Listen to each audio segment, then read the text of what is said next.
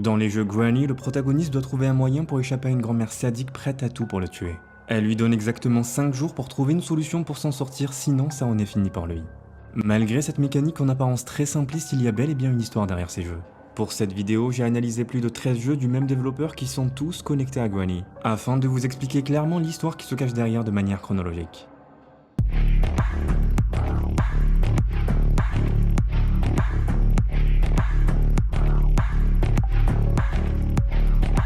Bien que Granny Remake ne soit même pas considéré comme canon dans l'histoire, il a au moins le mérite d'installer les mécaniques et les bases de cet univers avec des graphismes plus actuels. Voici le contexte. Nous incarnons un protagoniste sans nom qui au départ filme au milieu d'une forêt. On ne sait pas pourquoi, mais au vu de son caméscope, il doit être au courant de quelque chose. Son exploration le mène à trouver une vieille maison abandonnée, mais rapidement il est attrapé et capturé par Granny, la fameuse grand-mère qui n'a quasiment plus rien d'humain au vu de son apparence physique. Encore une fois, ce n'est pas son apparence officielle, alors je parlerai de son physique un peu plus tard. Quelque temps plus tard, le protagoniste se réveille dans une pièce avec uniquement une seule note laissée par la grand-mère. Dès lors, il dispose de 5 jours pour quitter cet endroit. Évidemment, la maison est barricadée avec de nombreux pièges qui sont posés un peu partout. Et la seule solution pour pouvoir en sortir est de récolter des objets nécessaires à la fuite obtenue après la résolution d'énigmes. Le protagoniste pourrait ainsi fuir grâce à la clé de la porte principale après avoir désactivé le système de verrouillage bien sûr, ou encore après avoir remis en fonctionnement la voiture du garage. Mais si jamais Granny le capture, il sera assommé et se réveillera le lendemain. Ainsi, il perd un jour supplémentaire pour se libérer, et progressivement les mesures de confinement de Granny deviennent de plus en plus restrictives. Pendant que le protagoniste essaie de s'échapper, voici le contenu de la note. Es-tu réveillé? Oh, quel tendre rêve tu as dû faire dans mon lit. Je suis désolé, mais j'ai dû te laisser seul pour une minute. Il y a beaucoup de tâches ménagères à faire. Je sais que tu ne comprends rien ici, et je dois dire que je comprends ton anxiété. Après tout, rien n'est comparable à l'horreur de l'inconnu, n'est-ce pas? Permets-moi de te confier un petit secret, mon cher. J'ai toujours rêvé d'avoir un invité comme toi. Ma faim se réveille seulement à l'aube quand la lumière commence à peine à caresser les vitres. Ce n'est pas une question d'éthique ou de morale, mais plutôt de cuisine. Ma soupe devient plus délicieuse quand... Tu sais ce que je veux dire, n'est-ce pas? Je sais que tu as peur. Tu dois être terrifié. Mais sache que mon art n'est pas seulement de l'horreur. C'est de l'art. Quand je te découperai, je le ferai avec amour comme n'importe quelle grand-mère le fait pour son petit enfant. Alors s'il te plaît, accepte l'idée que tu n'es pas ici en vain. Tu serviras une grande cause. Ma soupe deviendra si délicieuse que sa douceur sera ressentie même à travers le goût amer de ta peur. Que mon amour soit avec toi, mon cher. C'est glaçant et d'après les taches de sang et les nombreuses cellules qui peuvent être trouvées, le protagoniste n'est clairement pas le premier à subir ça. Si jamais il ne réussit pas à résoudre les énigmes dans les 5 jours, alors Granny utilise sa guillotine. Chose étonnante est qu'il y a la mention Marie-Antoinette d'Autriche inscrite dessus. Une référence au rôle de l'ancienne reine de France dans l'histoire de la Révolution française. Elle a été exécutée par guillotine en 1793 pour trahison envers la patrie. Est-ce que Granny est originaire de cette époque et vit toujours depuis? Eh bien tout pousse à le croire, vous le verrez. Si par contre le protagoniste survit et réussit à résoudre les énigmes, il peut en effet quitter cet endroit, tandis que Granny le regarde partir. Ce remake est aussi simple que ça. Bien qu'il soit divertissant, on n'apprend pas grand chose. L'original qui est canon quant à lui est bien plus riche en informations. Voici ce qui se passe. C'est les mêmes mécaniques mais Granny est bien différente. C'est une vieille femme à la peau grise et au regard vide. Les taches de sang sur sa batte en bois qui est sa seule arme et autour de sa bouche nous donnent une bonne idée de ce qu'elle fait de ses victimes. Ce premier opus nous confirme l'idée que Granny a un côté surnaturel vu qu'elle survit au bal. Elle se réveillera systématiquement quelques minutes après. Elle a toujours le même loisir qui est de capturer ceux qui s'aventurent un peu trop près de sa maison, comme si elle avait quelque chose ou quelqu'un à cacher. Il y a ces inscriptions d'un ancien captif qui parle de son désespoir de réussir enfin à sortir un jour de là. Dans cette vraie version, Granny n'est pas toute seule dans cette maison, loin de là. On peut voir une mystérieuse femme enfermée et enchaînée dans une pièce secrète déverrouillable uniquement avec des livres spéciaux. Une fois un livre particulier posé sur son piédestal, cette femme se voit mystérieusement libérée de ses chaînes et donne au protagoniste une clé pour accéder au sous-sol avant de mourir. On peut déjà constater sa frappante ressemblance avec Granny au point même que beaucoup en font la confusion. Rien d'étonnant parce que c'est la fille de Granny. Pourquoi l'a-t-elle enchaînée?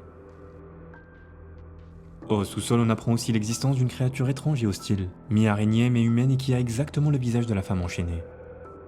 Une autre créature étrange et surnaturelle peut aussi être vue dans un cercueil au chapitre 2. Et finalement, dans une autre pièce, on peut invoquer une jeune femme en plaçant un ours en peluche sur un lit d'enfant. Cette femme appelée Slandrina est juste un esprit, elle finira par repartir sans se montrer hostile. Si le protagoniste réussit en effet à l'invoquer, alors il débloque une fin secrète. On peut y voir Slandrina et Granny tenant l'ours en peluche tandis que le protagoniste s'enfuit de la maison. Ces personnes font toutes partie de la charmante famille de Granny. Après tout, Granny qui peut être traduit par mamie signifie bien qu'elle est la grand-mère de quelqu'un. Pour comprendre son histoire et l'origine de ces personnes, il faut connaître une autre licence du même développeur, à savoir Slandrina justement. Il y a pas mal de jeux où la chronologie n'est pas très claire vu que nous n'avons aucune indication temporelle. Mais je vais vous reprendre progressivement tout ce que l'on apprend à travers les différents opus qui sont directement connectés à Granny. Ils se passent même tous avant ce premier titre.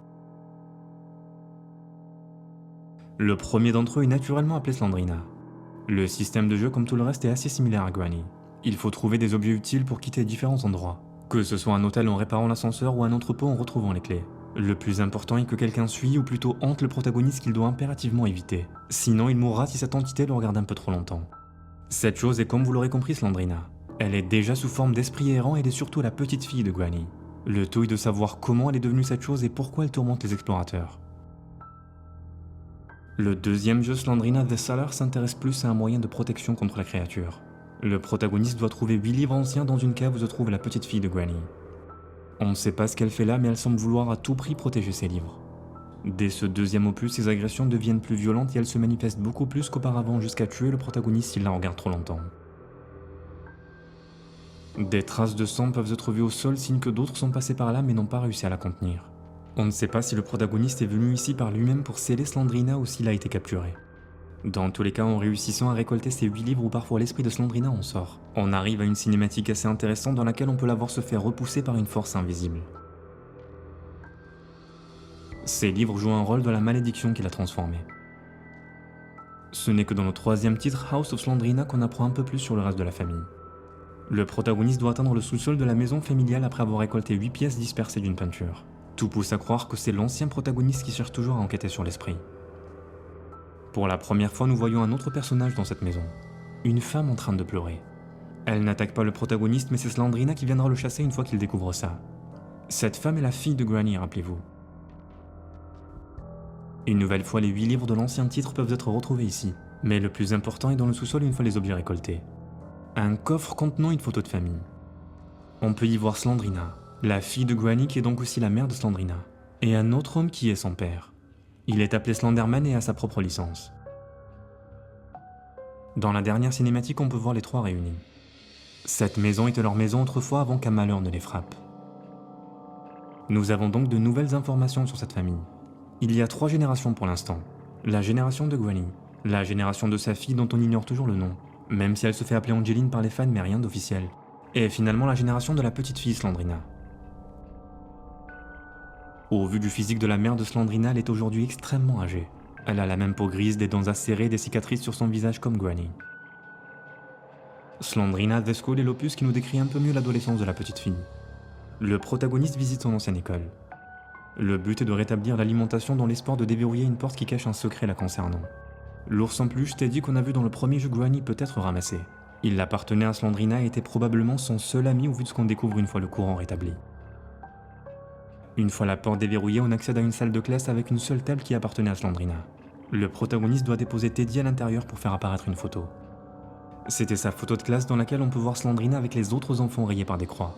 Elle avait un physique très atypique par rapport aux autres enfants, d'où sa solitude. Est-ce qu'elle les a pour autant tués? Très probablement au vu de ses croix et des taches de sang sur Teddy. Slandrina Asylum va encore plus loin. Le protagoniste doit récolter 8 pages d'un livre médical dans un asile psychiatrique abandonné, où rôde l'esprit de Slandrina comme toujours signe qu'elle y est attachée. Elle n'est plus seule désormais car sa mère traque aussi le protagoniste comme si les deux essaient de protéger quelque chose ou quelqu'un. La mère n'est pas sous forme d'esprit mais peut physiquement attaquer le joueur pour le tuer. Chose étrange déjà est qu'on peut voir une photo de ces deux femmes ici. Elles y sont séjournées toutes les deux. Je dirais même tous les trois plutôt.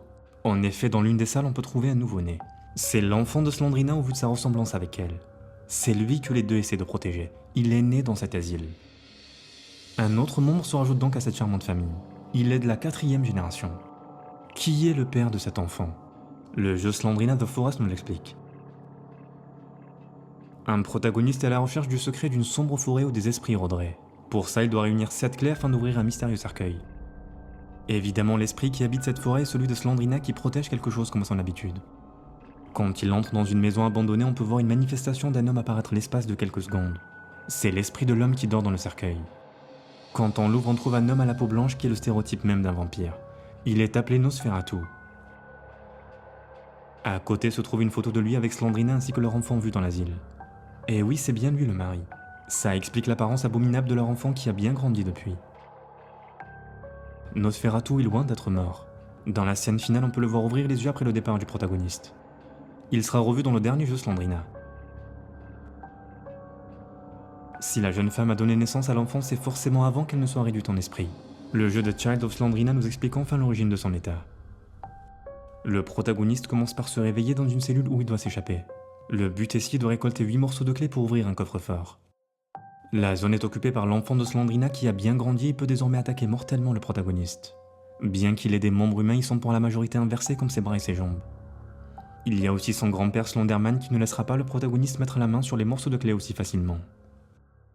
La mécanique reste toujours la même, mais pour la première fois la récompense à la fin du jeu est une note avec une date précise.